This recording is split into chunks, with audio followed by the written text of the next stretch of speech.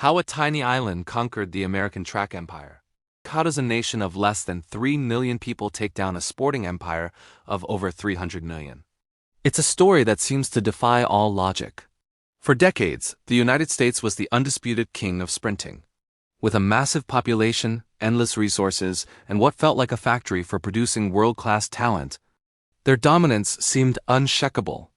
This is the story of how a tiny island in the Caribbean, armed with passion, pride, and a plan, rose up to conquer the American track empire.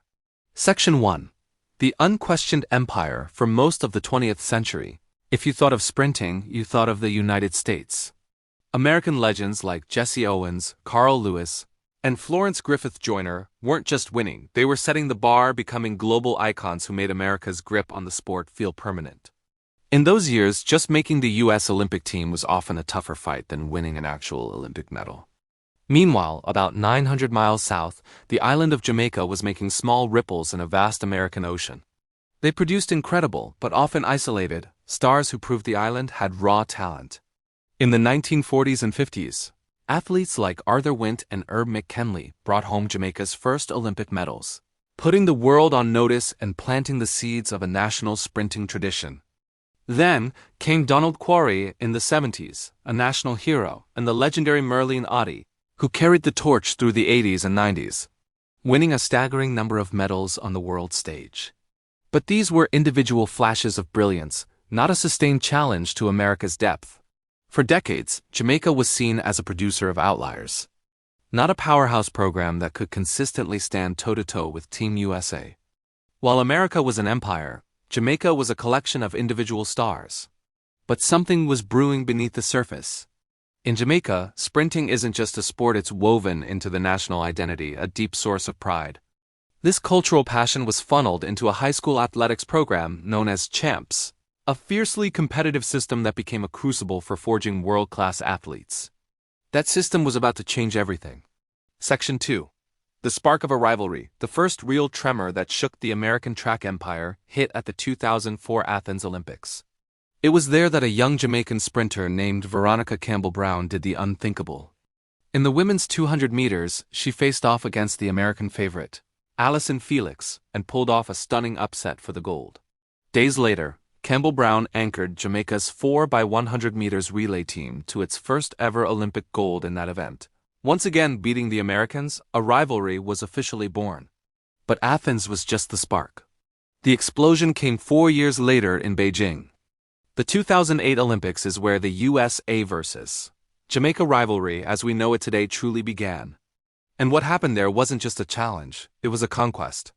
A lanky, charismatic sprinter named Usain Bolt arrived and simply rewrote the laws of physics, shattering world records in the 100 and 200 meters with a joyous, almost casual dominance. Then, in the women's 100 meters, Shelly-Ann Fraser-Pryce, the pocket rocket, led an unbelievable Jamaican sweep of the podium. To top it all off, Veronica Campbell-Brown defended her 200-meter Olympic crown, and the Jamaican men's 4x100 meters relay team stormed to victory.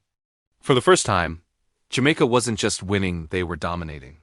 They were challenging the United States in every single sprint event on the world's biggest stage. The tiny island had become a superpower. The American empire suddenly had a rival. Section 3. The New World Order. The years from 2008 to 2016 belonged to Jamaica, but really, they belonged to Usain Bolt. His dominance was absolute. He wasn't just an athlete. He was a global phenomenon, a personality so big he transcended his own sport. His main American rival during this time was Tyson Gay. At the 2009 World Championships, Gay ran the 100 meters in 9.71 seconds, a time that would have won almost any other race in history.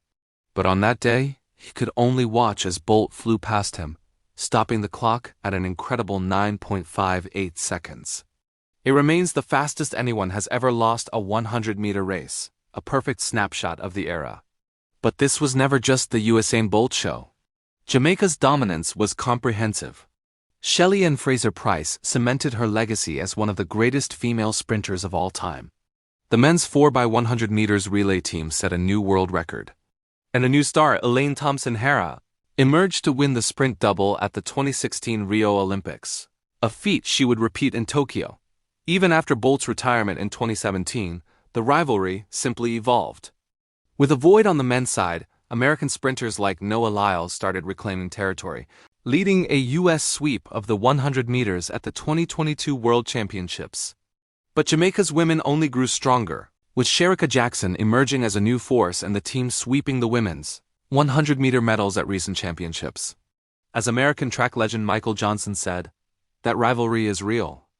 They are a very proud nation when it comes to sprinting. There aren't very many things where a country the size of Jamaica could beat a country the size of America. For years, and they have done it in sprinting. It's a rivalry built on mutual respect, fierce national pride, and the relentless pursuit of speed. Section 4. The Empire Strikes Back? For nearly 2 decades, Jamaica's conquest of the sprinting world felt unstoppable. But the 2024 Paris Olympics marked a stunning and sudden reversal. For the first time since 2008, no Jamaican woman stood on the podium for the 100 meters. And for the first time since the 1970s, no Jamaican woman medaled in the 200 meters. The team was hit by a wave of devastating injuries. Elaine Thompson-Herah, the 2-time double Olympic champion, had to withdraw with an Achilles injury. Both Shelly-Ann Fraser-Pryce and Shericka Jackson were also sidelined by injuries, a crushing blow to their medal hopes. The men's 4x100 meters relay team didn't even make the final. While Usain Thompson provided a major bright spot by securing a silver medal in a photo-finish men's 100 meters final, it was a lone highlight. The games were otherwise dominated by an American team led by stars Noah Lyles and Sha'Carri Richardson, who reclaimed the top spots in the sprints. The absence of Jamaica's iconic black, green, and gold on the medal stand led many to wonder if the great sprinting rivalry had finally fizzled out. Conclusion: so, what is the legacy of this incredible underdog story? Was Jamaica's reign a golden era that has now passed? Or is this just a low point in a rivalry that always ebbs and flows? The story of how Jamaica conquered the American track empire shows how focused passion can overcome massive disadvantages. A nation of just under 3 million people made sprinting their national sport. They built a system from the ground up, driven by a culture that celebrates speed and a belief that they could be the very best. They produced a golden generation of athletes who, for more than a decade, were simply untouchable. The balance of power may have shifted back toward the United States for now, but the rivalry is far from over. Recent results from the start of the 2026 season show Olympic finalists like Tina Clayton, Seville and Usain Thompson posting world-leading times, proving that the heart of Jamaican sprinting is still beating strong. This has always been a battle between a giant with limitless resources and a small island with limitless heart. And in the world of sprinting, you can never, ever count out the nation that taught itself how to fly. If you enjoyed this story of how an underdog nation shook the world, be sure to subscribe for more sports documentaries like this one. And let us know in the comments, what does the future hold for the US-Jamaica rivalry?